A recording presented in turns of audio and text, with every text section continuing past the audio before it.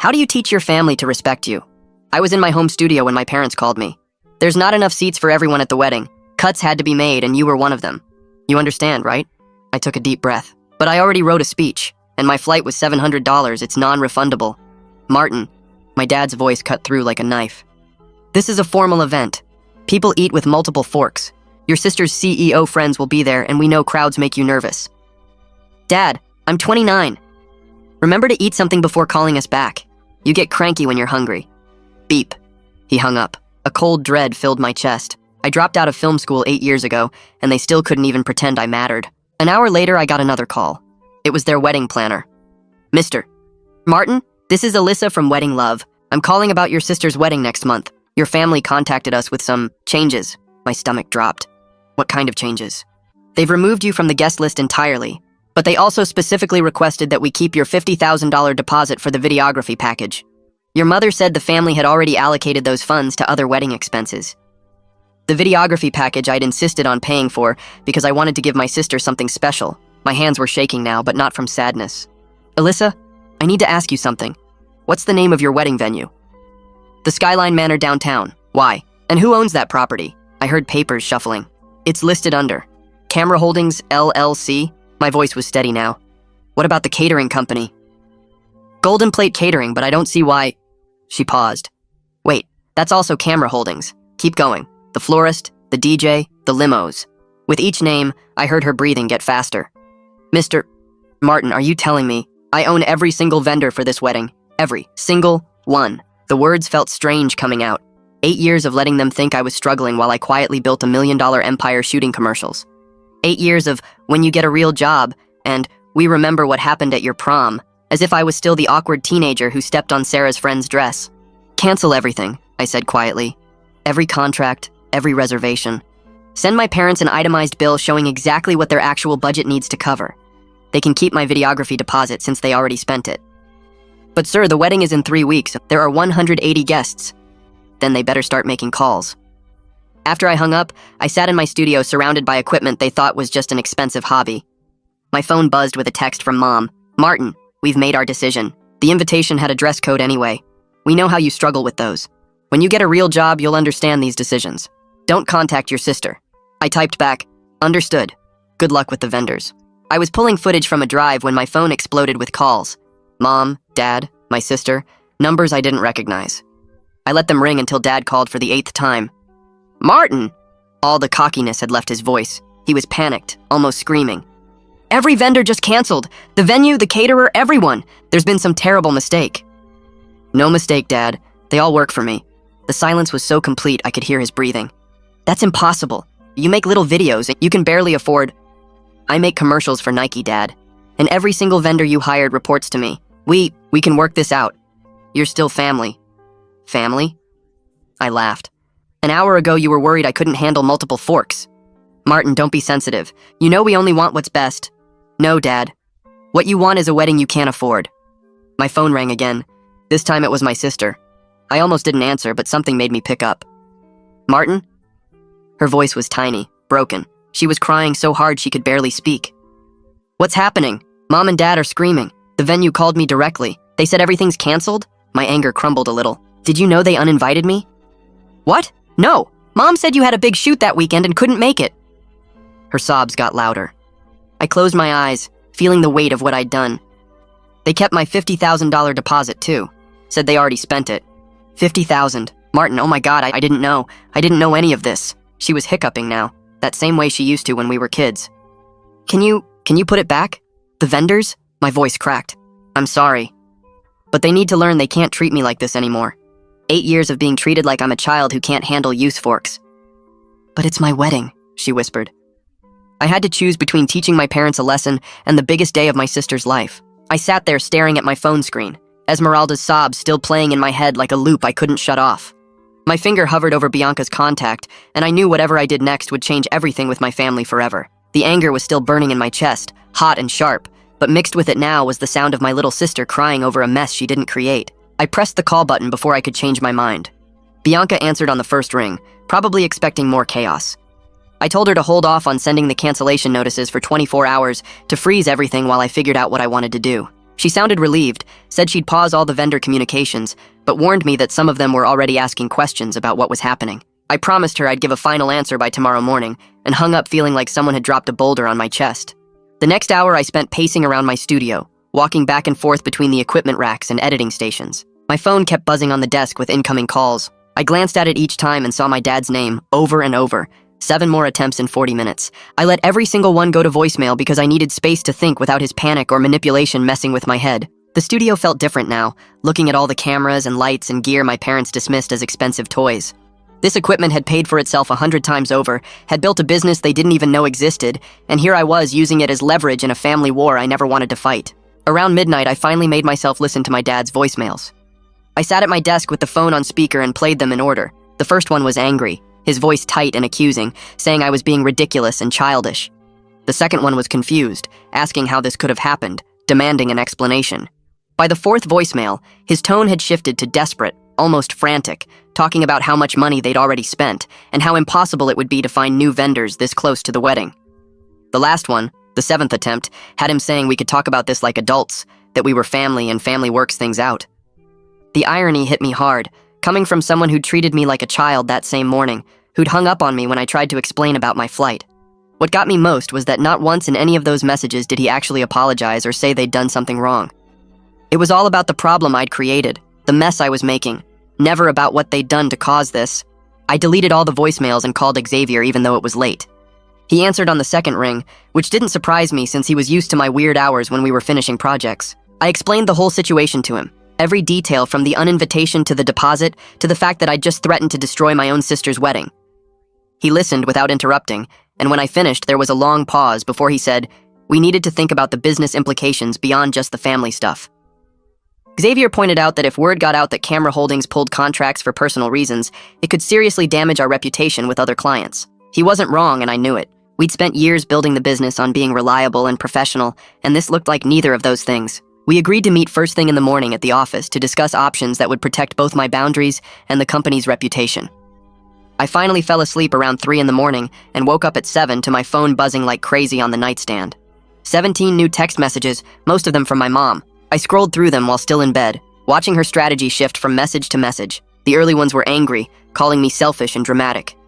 The middle ones tried guilt, talking about how I was destroying my sister's happiness and ruining what should be the best day of her life. The last few went deeper, saying this wasn't who they raised me to be, that family doesn't treat each other this way, that I was being cruel over hurt feelings. The irony of that last part almost made me laugh out loud. They didn't raise me to be successful either, but here I was running a $1 million company they knew nothing about.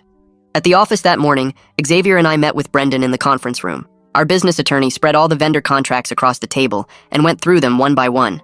He confirmed that legally I had every right to cancel everything since Camera Holdings owned the contracts, but he also pointed out something I hadn't considered. Some of the contracts had penalty clauses that would cost my company actual money if we backed out. We were looking at potentially $15,000 in fees and lost deposits that Camera Holdings would have to eat, completely separate from the $50,000 my parents had already spent. Brendan also warned me about the optics of letting a family fight bleed into business operations. He said if I decided to put the vendors back, we needed clear paperwork separating this situation from normal business practices. We spent an hour discussing how to create a formal policy about conflicts of interest and contracts with family members to prevent this kind of disaster in the future. My phone rang again while we were still in the meeting, and this time the screen showed Constantine's name. I actually liked Esmeralda's fiancé, had always found him easy to talk to, and he'd never bought into my parents' story about my career being a joke. I stepped out of the conference room to take the call. He asked if we could meet for coffee that afternoon, just the two of us, to talk through what was happening. His voice was calm and steady, not angry or accusing, just reasonable. I told him yes, and we set a time for 3 o'clock at the coffee shop near my studio. Constantine showed up exactly on time, looking tired but calm. We found a quiet corner table, and I explained everything about the mediation idea that Brendan had suggested. He listened without interrupting, and said he thought it was smart, that Esmeralda needed this kind of structured conversation too. He promised to talk to her that evening and get back to me. I drove back to my studio and opened my laptop to draft the email proposing mediation. My fingers hovered over the keyboard for a solid minute before I started typing.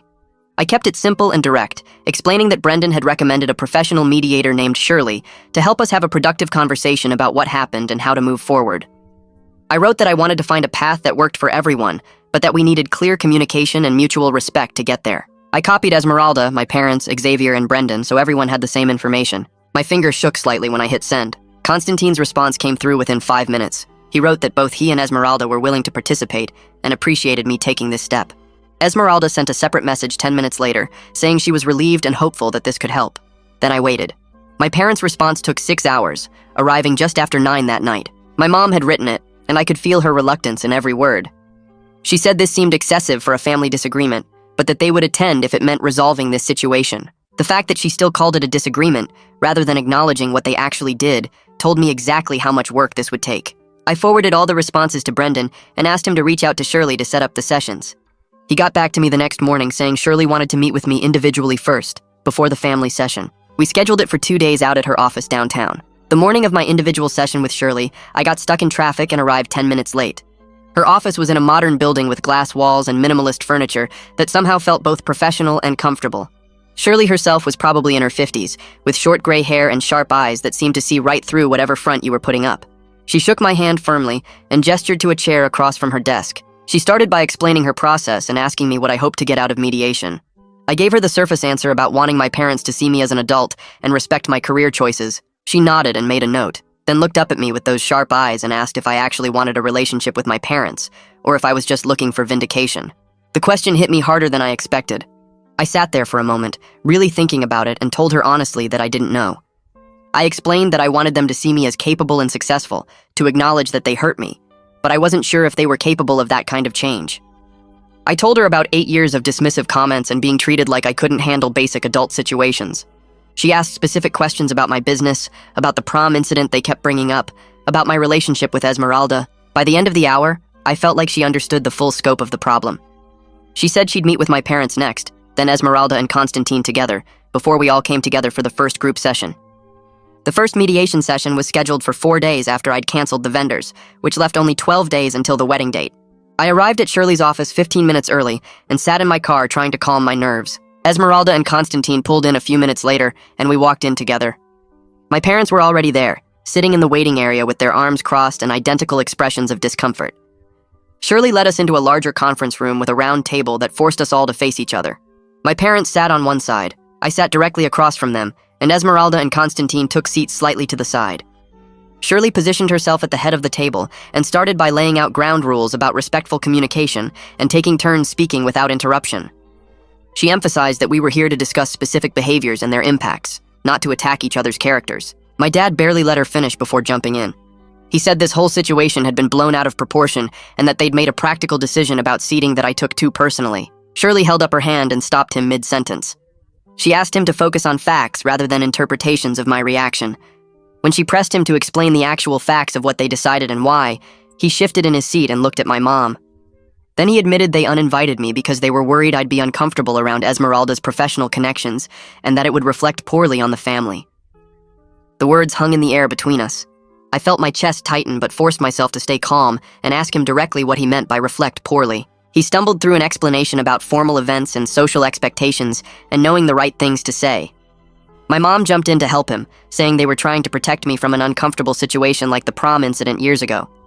Shirley asked what the prom incident was, and I had to explain that when I was 17, I accidentally stepped on my date's friend's dress and tore it. My parents had apparently been holding that against me for over a decade, as proof that I couldn't handle formal social situations. Esmeralda's voice cut through the tension, shaking but firm. She said she had no idea they were still hung up on prom, and that using a teenage accident to justify uninviting me from her wedding was absurd. Constantine backed her up immediately, pointing out that his family had never expressed any concerns about me attending, and that my parents seemed to be projecting their own worries onto the situation. Shirley redirected the conversation to the $50,000 deposit, and I watched my mom's face go pale.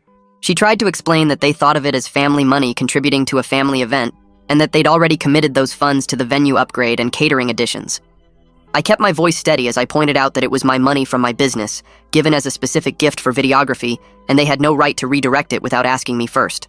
My dad got defensive and said that if I was really successful, I wouldn't miss $50,000.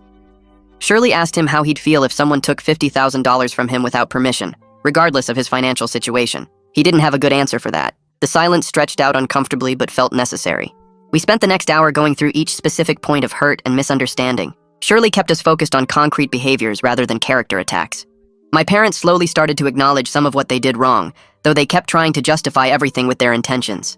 Shirley pointed out that impact matters more than intent, and that their actions hurt me regardless of what they meant to accomplish. By the time we reached the end of the session, we hadn't resolved anything concrete, but Shirley had gotten my parents to agree to a second session and to seriously consider my conditions. She gave them homework to write down specifically what they did that was hurtful and what they could have done differently. She gave me homework too, asking me to write down what a realistic path forward looked like and what I was willing to compromise on. We all filed out of her office without speaking to each other, and I sat in my car for 10 minutes before starting the engine. I drove home on autopilot, my hands gripping the wheel tighter than necessary. Back at my studio, I pulled out the homework assignment Shirley had given me and stared at the blank page for a solid 20 minutes. The question was simple, but I kept circling around it. What did I actually want from all this? I started writing, and the words came faster than I expected. I wanted them to see me as someone who mattered, not as the awkward kid from prom who couldn't handle fancy dinners. The wedding itself felt almost beside the point now. It was about whether my parents could look at me and see an actual adult with a real career and a legitimate life. I wrote down my conditions in bullet points.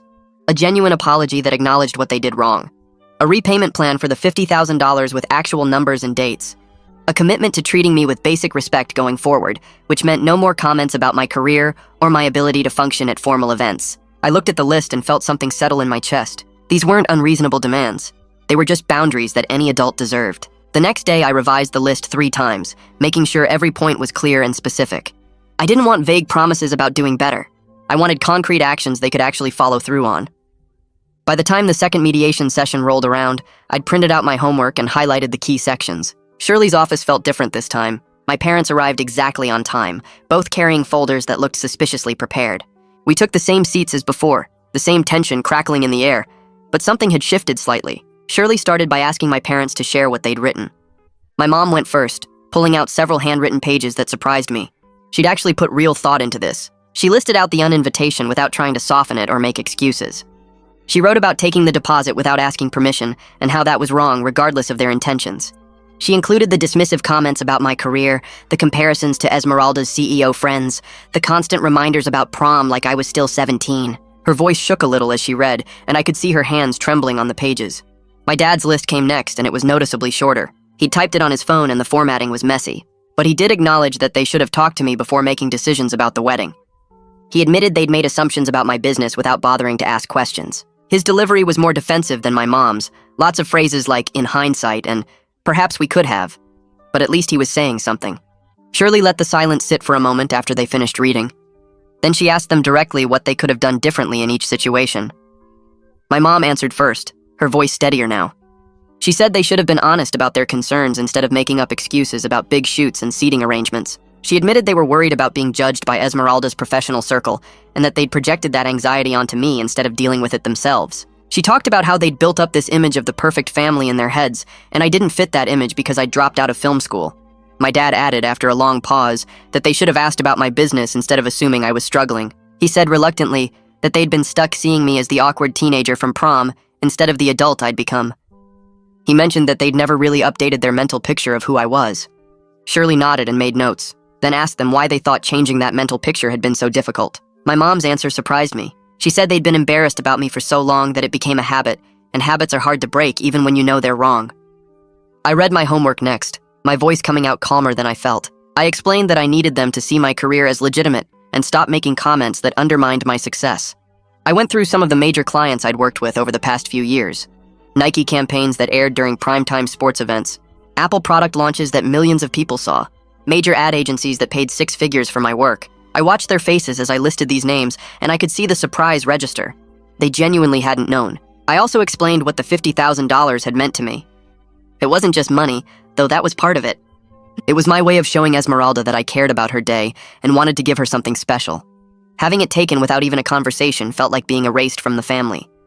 Like my contribution didn't matter because I didn't matter. My voice cracked a little on that last part, but I kept going.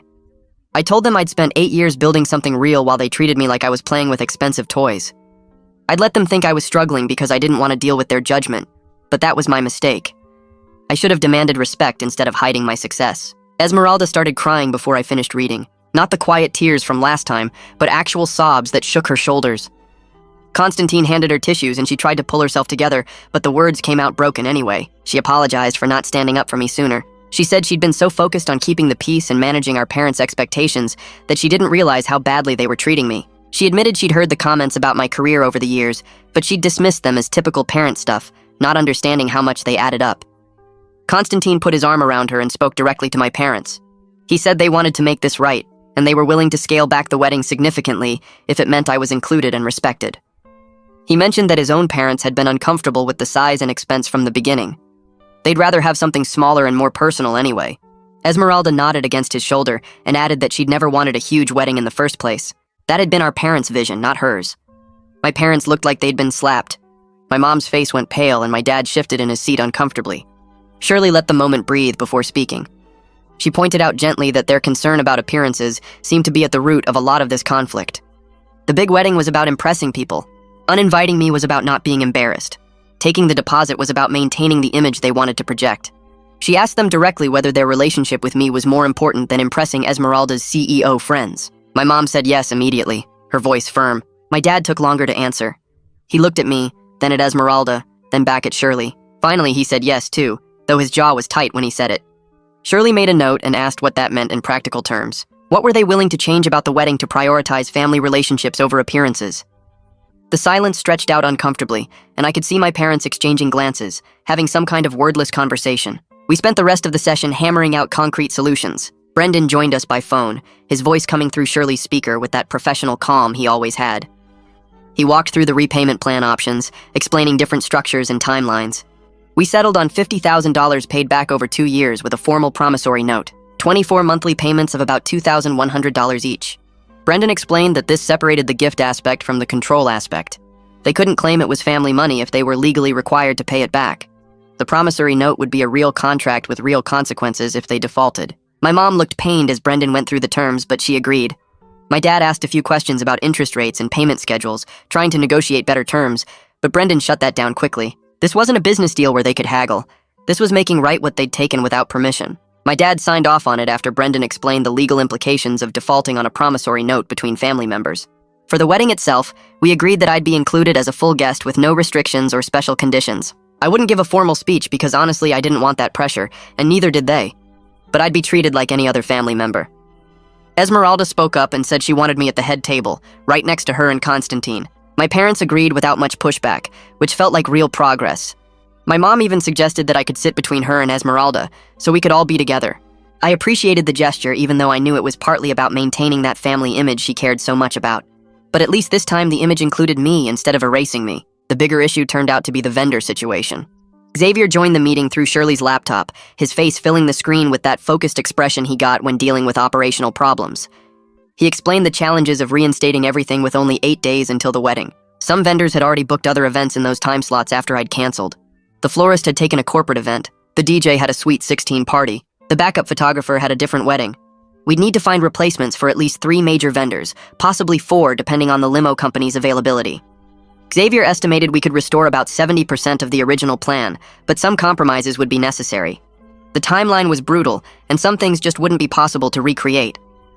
He pulled up a spreadsheet showing which vendors were available and which weren't, color-coded by priority level.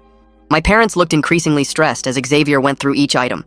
Esmeralda surprised everyone by interrupting Xavier mid-explanation. She said she wanted to use this as an opportunity to scale back to the wedding she actually wanted. Her voice was stronger now, not shaky like before. She and Constantine had talked about this and they'd made a decision together. They wanted to cut the guest list from 180 to 80 people. Close friends and family only, no business contacts or distant relatives they barely knew. They wanted to move from the massive Skyline Manor ballroom to the smaller garden venue on the same property. This would make the vendor situation much easier, because the garden venue had different availability and needed fewer services.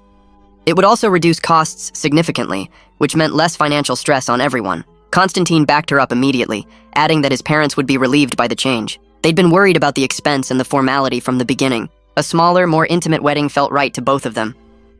Shirley turned to my parents and asked them directly if they could support Esmeralda's decision, even though it wasn't what they had planned. The silence stretched out for what felt like forever. My mom's hands were folded tight in her lap, and she kept looking at my dad like she was waiting for him to speak first. Finally, she said yes, her voice quiet but clear. My dad took way longer to answer, and when he did, his face looked like he'd just eaten something rotten, but he nodded and agreed. Esmeralda let out a breath I didn't know she'd been holding, and Constantine squeezed her hand. Shirley made notes on her pad and said she'd work with Xavier to coordinate the changes. Then she ended the session by reminding everyone that this was progress, and we should acknowledge that.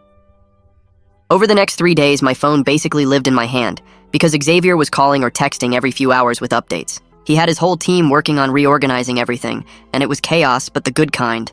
The kind where you can actually see things coming together. The garden venue at Skyline Manor was available, which was perfect, because it was way more manageable than that massive ballroom.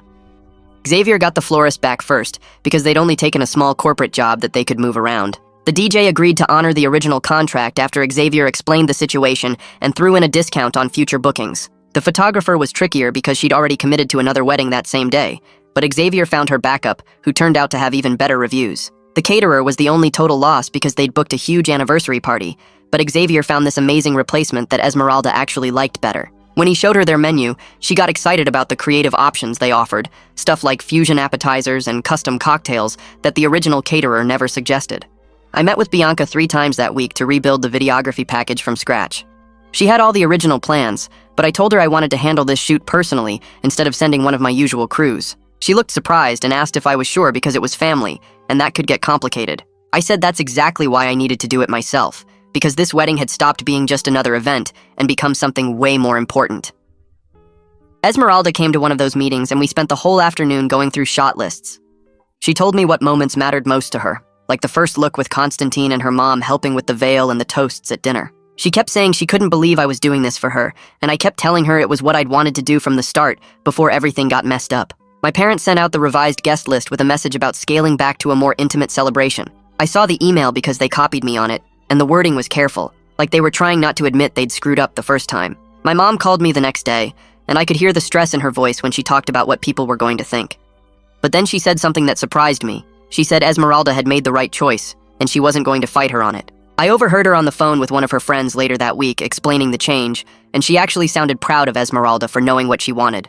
It was weird hearing my mom talk that way because usually she needed to control everything, but maybe Shirley's mediation was actually working. 4 days before the wedding, my dad called me, and for once it wasn't about logistics or vendor problems. He asked how my business was going, and when I started to give him a quick answer, he said no, he wanted to really understand what I did. So I explained how Camera Holdings worked, how I'd built up the vendor network, what kind of commercial projects I took on. He listened without interrupting, which might have been a first in our relationship. Then he admitted he'd never understood my work, and had made assumptions based on not knowing anything about the industry. He said he thought commercial filming was just making YouTube videos or shooting weddings for cheap. I told him about the Nike campaign and the Apple project, and he kept saying he had no idea, like he couldn't believe his son had actually built something successful. It wasn't a full apology, but it was the first real conversation we'd had about my career in 8 years. 2 days before the wedding, I woke up to a long email from my mom. I read it on my phone before I even got out of bed, and then I read it 2 more times because I couldn't believe what I was seeing. She wrote about how she and my dad had gotten caught up in trying to present a perfect family image and had lost sight of what actually mattered. She said they'd treated me like a problem to be managed instead of a son to be celebrated. She acknowledged that they'd been wrong about my career, and wrong to uninvite me and wrong to take my money without asking. She said she wanted to do better going forward, and she hoped I'd give them the chance to prove it. Something in my chest loosened when I read that, like a knot I'd been carrying for years finally started to come undone. The day before the wedding, we had the rehearsal at the garden venue, and it was beautiful. The space was intimate and personal in a way the giant ballroom never would have been. Flowers were already being set up, and the natural light coming through the trees made everything look soft and warm. My parents showed up looking nervous, but they were trying. I could see that. They didn't make any comments about the smaller scale or try to suggest changes. My dad actually helped Constantine figure out where everyone would stand during the ceremony. Then he made a joke about me knowing how to use all the forks at dinner, and for once it didn't feel mean. It felt more like he was trying to acknowledge how stupid his concerns had been. That evening, the immediate family went to dinner at this Italian place near the venue. Esmeralda looked more relaxed than I'd seen her in months, like a weight had been lifted off her shoulders. Constantine kept thanking everyone for being flexible with the changes, and my parents kept saying it was Esmeralda's day, and they just wanted her to be happy. They were quieter than usual, not dominating the conversation like they normally did. My dad asked me about a project I was working on, and actually listened to my answer. My mom asked about my equipment and seemed genuinely interested when I explained the difference between the cameras I used. Nadia pulled me aside when I went to the bathroom and said Esmeralda had been so much happier since the wedding plans changed, that she'd been stressed and miserable before, but now she was actually excited about getting married. On the morning of the wedding, I got to the garden venue at 6 to set up my camera equipment. The sun was just starting to come up and the light was perfect, that soft golden color that makes everything look magical. I walked around checking angles and planning shots while Xavier's team finished the last details on the flowers and table settings. The venue looked stunning with all the natural light and greenery. Xavier showed up around 7 with coffee and made a joke about this being the most high-stakes shoot I'd ever done. I laughed, but he wasn't wrong. This wasn't just about capturing a wedding anymore. It was about showing my family what I was actually capable of doing. My parents showed up around 8:30, and my mom went straight to checking flower arrangements and table settings. She kept adjusting centerpieces by tiny amounts and asking Xavier's team if the chairs were spaced right, but her voice was different from usual, less commanding, and more like she needed something to do with her hands. My dad found Constantine in the groom's suite and spent 20 minutes helping him figure out his boutonniere, making jokes about how he'd worn his backwards at his own wedding. I filmed some of it through the window, not the polished shots I'd use in the official video, but the real moments that showed them actually trying to be normal. Constantine laughed at something my dad said, and my dad clapped him on the shoulder, and it looked like an actual conversation between two people instead of my dad performing for an audience. I kept the camera rolling when my mom straightened Constantine's tie and told him he looked handsome, and when she walked away, I saw her wipe her eyes quickly, like she didn't want anyone to notice. These little ordinary moments felt important somehow, like proof that we were all capable of being decent to each other when we stopped worrying about appearances.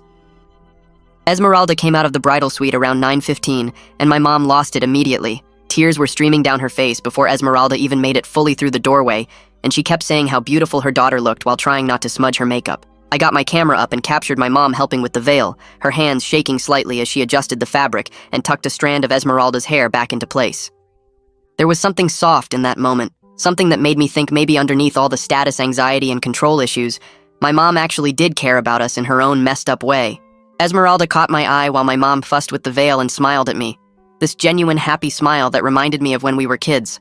My dad appeared in the doorway and just stood there staring at Esmeralda for a long moment before he said, "She looked perfect." He saw me filming, and instead of making some comment about me working at my own sister's wedding, he just gave me this small nod. It wasn't approval exactly, more like acknowledgement that I was doing something real, and he could see it now. The ceremony started at 10, and it was perfect in how simple and personal it felt. 80 people filled the garden space without making it crowded, and everyone could actually see and hear everything that happened.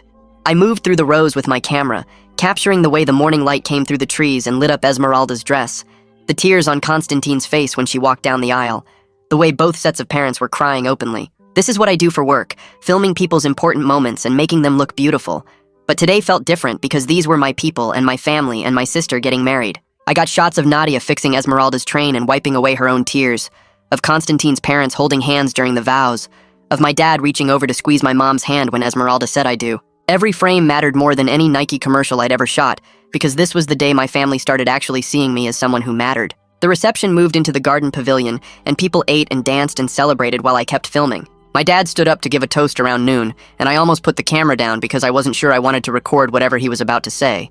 But then he started talking about both his children and their accomplishments, using our actual names and describing our actual careers, and for the first time ever, he mentioned Camera Holdings by name. He said he was proud of Esmeralda for building her career in finance, and proud of me for building a successful production company, and that both his kids had chosen partners who supported their ambitions instead of trying to change them. It wasn't a full apology for everything that had happened, and he didn't acknowledge the wedding disaster or the years of dismissing my career, but it was progress. He was standing in front of 80 people and claiming me as his successful son instead of pretending I didn't exist, and that meant something. I kept filming even though my hands were shaking a little, and when he finished and everyone clapped, he looked right at me and raised his glass. Later in the evening, when things were winding down, Esmeralda grabbed my arm and pulled me away from the crowd. She told me she was grateful I hadn't given up on the wedding or on the family, that watching me set boundaries had taught her she could do the same thing. She said that's why she felt strong enough to scale back to the wedding she actually wanted instead of the show our parents were planning. We hugged, and I realized that maybe some good had come out of the whole mess after all. She'd found her voice and learned to say no to things that didn't serve her, and I'd learned that I didn't have to accept being treated like a child just because we were related. Both of us had grown up a little bit through this disaster. My mom approached me as the reception was ending and asked if we could talk privately. We walked away from the pavilion toward the garden path, and she told me she'd been thinking a lot about how they'd treated me over the years. She said she and my dad had been holding on to this outdated image of who I was, still seeing me as the awkward teenager from prom instead of the adult I'd become. She admitted it wasn't fair to me or to our relationship, and she wanted to start fresh with regular dinners where they actually listened instead of lectured. Her voice was quiet, and she kept looking at the ground instead of at me, like she was embarrassed to be saying all this out loud. I told her honestly that I was willing to try, but it would take time to rebuild trust. The uninvitation and the deposit situation weren't just isolated incidents.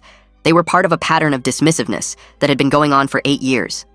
Every comment about getting a real job, every comparison to Esmeralda's CEO friends, every time they'd acted like my career was a hobby instead of a business, had built up into this wall between us. She nodded and said she understood, and that she and my dad were committed to doing the work through continued mediation sessions with Shirley. It wasn't a miracle reconciliation where everything suddenly became perfect, but it was a real starting point for building something better. The next week, I got a notification on my phone that money had been deposited into my business account. I checked and saw $2,500 with a note that said first installment of 24. My parents had made their first payment on the repayment plan without me having to remind them or send Brendan after them, and that felt significant. I forwarded the notification to Brendan, and he confirmed receipt and updated the promissory note in our files. Xavier saw the email chain and made a joke about requiring all family members to sign contracts before any future interactions, and honestly, it wasn't the worst idea I'd ever heard. Maybe having everything in writing would force everyone to be clear about expectations instead of making assumptions. 2 weeks after the wedding, I finished editing the video and drove to Esmeralda and Constantine's apartment to deliver it. They sat on their couch and watched the whole thing while I stood nervously by the door, and by the end they were both crying. Esmeralda said it was perfect, that I'd captured exactly what the day felt like, and made it beautiful without making it fake. She posted some clips on social media that weekend with a caption about how intimate weddings were, better than big productions, and a bunch of her CEO friends commented saying they wished they'd done something similar instead of the massive events they'd planned. Constantine sent me a long text thanking me for the video and for helping make the wedding happen at all. A month after the wedding, we had another family dinner, but this time it was at my studio so my parents could see my workspace properly. I gave them a tour of the equipment and the editing bays and the small soundstage we used for certain shoots, and they kept asking questions about how everything worked. Then I showed them some of my commercial work, including a Nike spot that was airing nationally on sports broadcasts. My dad kept saying you made this like he couldn't process that his son had created something being shown to millions of people. My mom asked detailed questions about the production process, how many people were on set, how long it took to shoot and edit, what the client approval process looked like. It was surreal to have them actually interested in my career after years of dismissing it as making little videos, but I tried to answer everything honestly and show them what my work actually involved. They stayed for 3 hours looking at different projects and asking questions, and when they left, my dad shook my hand and said he was impressed. It wasn't everything I'd wanted from them, but it was more than I'd had before. At that dinner, we set up my laptop on the table and connected with Shirley for our first follow-up session. She appeared on screen with her notepad and asked how everyone was managing with the agreements we'd made at the mediation. My parents sat stiffly at first, and my dad cleared his throat before admitting they were still getting used to seeing me as someone who runs a successful business instead of their kid who dropped out of film school. My mom added that it was hard to break old patterns, but they were making an effort to catch themselves when they started falling into dismissive comments. I told Shirley honestly that I was still working through years of feeling invisible to them, that the hurt didn't just disappear because we had some good conversations, but I could see they were trying, and that mattered. Shirley nodded and pulled up her calendar, scheduling monthly video check-ins for the next 6 months so we could track progress and address any backsliding before it became a bigger problem. After the call ended, my dad helped me clear the dinner plates without being asked, which felt like a small but significant shift. 2 weeks later, Esmeralda and Constantine got back from their honeymoon in Costa Rica and invited the whole family over to see their photos. They'd stayed at this amazing eco-resort right on the beach that they could actually afford because we'd scaled back the wedding so much. Esmeralda kept showing us pictures of the private bungalow and the zip-lining they did through the rainforest, and she looked more relaxed than I'd seen her in months. Constantine pulled up some messages on his phone from wedding guests, and Esmeralda read a few out loud about how people kept telling them it was the best wedding they'd been to because it felt so personal and real instead of like a corporate event. My parents sat on the couch listening, and my mom actually said she'd enjoyed the smaller wedding more than she expected because she got to have real conversations with people instead of just making small talk with a huge crowd. My dad nodded along, and I could tell they were finally accepting that cutting the guest list had been the right call, even if it wasn't what they'd originally wanted. 3 months after the wedding, I landed a huge contract with a luxury car brand to shoot their entire spring campaign. The budget was bigger than anything I'd done before, and I invited my parents to come watch one of the shoot days. They showed up at the downtown location where we'd closed off 2 blocks to film, and I could see their faces change as they watched me direct a crew of 15 people setting up lights and cameras and coordinating with the client's creative team. My dad stood off to the side, taking it all in, and when the brand's marketing director came over to discuss shot angles, my dad introduced himself and said he was my father. The director's face lit up, and she started talking about how impressed they were with my previous work and how competitive the bidding process had been for this campaign. My dad's expression shifted between pride and what looked like embarrassment, and I knew he was processing how wrong he'd been about my career all these years. After we wrapped for the day, my parents stayed and asked questions about the production schedule and the editing process, and my dad kept saying how professional everything was, like he couldn't quite believe this was really my work. At our latest family dinner a few weeks later, my parents brought a wrapped package and set it on the table in front of me. I opened it and found a framed photo from Esmeralda's wedding, one I'd taken during the reception showing all of us together, everyone smiling and relaxed. My mom's voice was quiet when she said they wanted to remember this as the turning point for our family, when we started being honest with each other instead of pretending everything was fine. She admitted there were still awkward moments when old patterns surfaced, times when my dad almost made a dismissive comment about my work, or when she caught herself trying to manage everyone's image. But we were building something more real than what we'd had before, something based on actual respect instead of assumptions and old hurts. The framed photo sat on my desk in the studio after that, a reminder that the respect I'd fought for was slowly becoming real, and for now, that was enough. That's where we'll end today's story. I'm really happy you stayed till the end, because it makes sharing these moments feel meaningful. I hope it added something good to your day. Subscribe if you'd like to keep hanging out here.